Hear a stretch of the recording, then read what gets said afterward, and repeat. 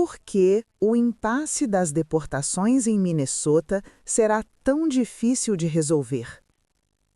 O que acontecerá agora em Minnesota depende de saber se o presidente Donald Trump concluirá que enfrenta apenas um problema de imagem ou se está disposto a mudar políticas de deportação impopulares que são centrais para sua identidade política.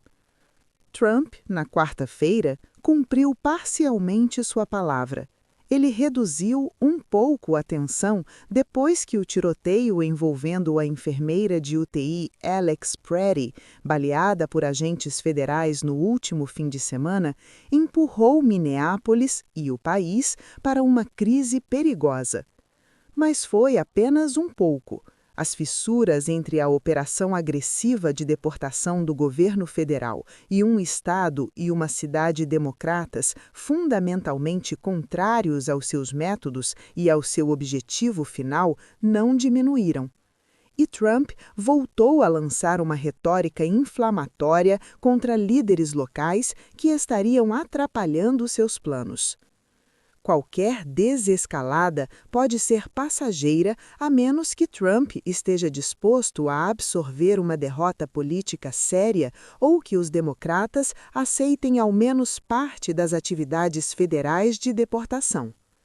Eu não quero que eles passem um único segundo caçando um pai que acabou de deixar os filhos na creche, que vai trabalhar em um turno de 12 horas e que por acaso é do Equador, disse o prefeito de Minneapolis, Jacob Frey, em um encontro promovido pela CNN na quarta-feira. Esse homem torna nossa cidade um lugar melhor. Temos orgulho de tê-lo em Minneapolis. Os moradores de Minnesota, que lamentam a morte de 2 de seus cidadãos baleados por agentes federais, não aceitarão um acordo apenas simbólico.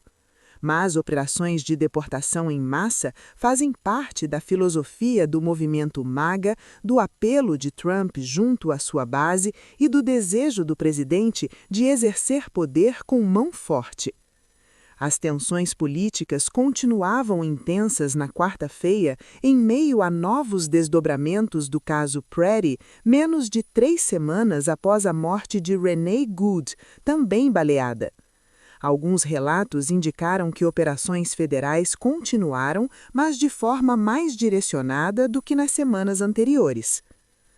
Tom Homan, o cisar da fronteira enviado por Trump para supervisionar a operação Metro Surge, que levou 3.000 agentes federais em Minnesota, conversou com autoridades locais, descritas por uma fonte como precárias, segundo relataram à CNN Priscilla Alvarez e Kristen Holmes. Após uma breve pausa, Trump voltou a intensificar a retórica de forma aparentemente incompatível com qualquer tentativa de solução de boa-fé por Homan.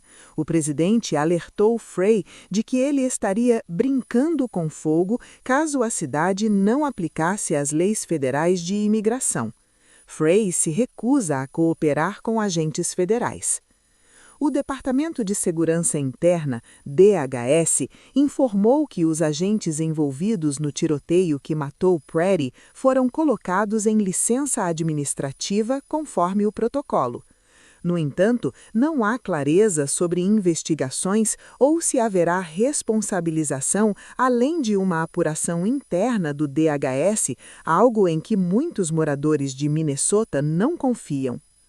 Um novo vídeo surgiu mostrando Pretty em um confronto físico com agentes da Alfândega de Proteção de Fronteiras, CBP, mais de uma semana antes de ser morto. Democratas no Senado apresentaram exigências para limitar as políticas federais de fiscalização enquanto tentam usar seu reduzido poder político para bloquear gastos. Sem um acordo até sexta-feira, o governo poderá sofrer uma paralisação parcial.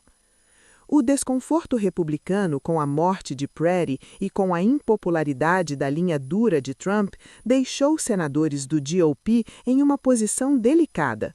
Rompendo parcialmente com o governo, o líder da maioria do Senado, John Thune, afirmou que gostaria de ver uma investigação independente.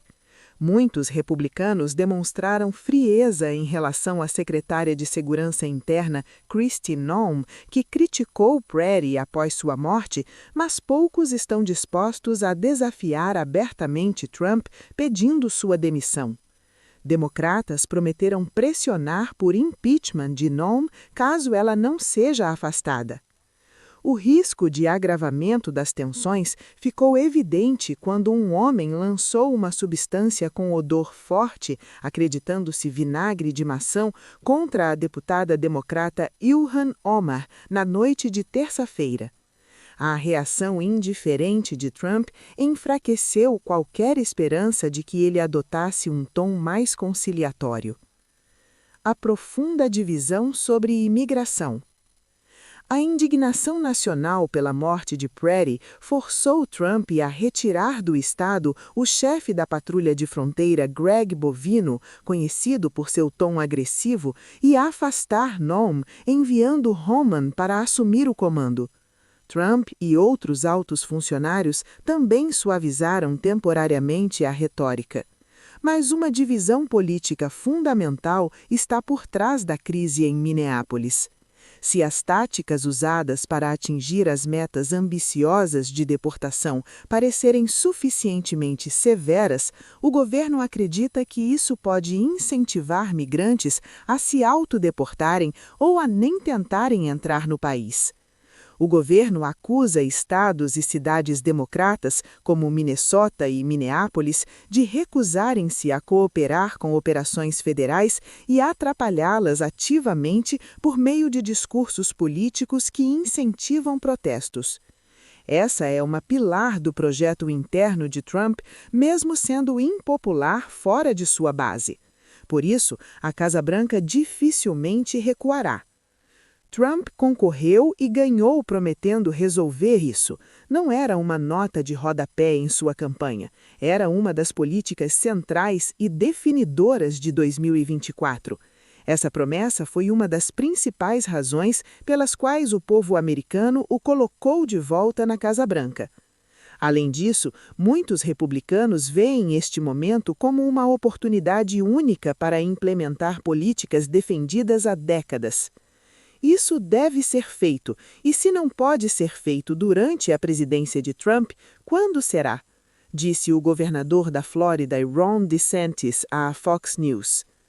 A revolta popular pode forçar Trump a adotar uma abordagem menos agressiva, mas é também possível que este governo, especialmente sob a influência do linha dura da imigração, como o vice-chefe de gabinete Stephen Miller, esteja disposto a ignorar a queda na aprovação presidencial e a ansiedade dos republicanos antes das eleições legislativas para alcançar um objetivo histórico. Os democratas acreditam estar em posição política mais sólida, já que muitos americanos queriam fronteiras mais seguras, mas rejeitam deportações em massa. Mas Trump foi muito além da promessa inicial de focar apenas em imigrantes indocumentados com antecedentes violentos. Muitos migrantes que vivem há anos nos Estados Unidos, trabalham e não cometeram crimes foram detidos. Algumas operações do ICE chegaram a prender cidadãos americanos por engano.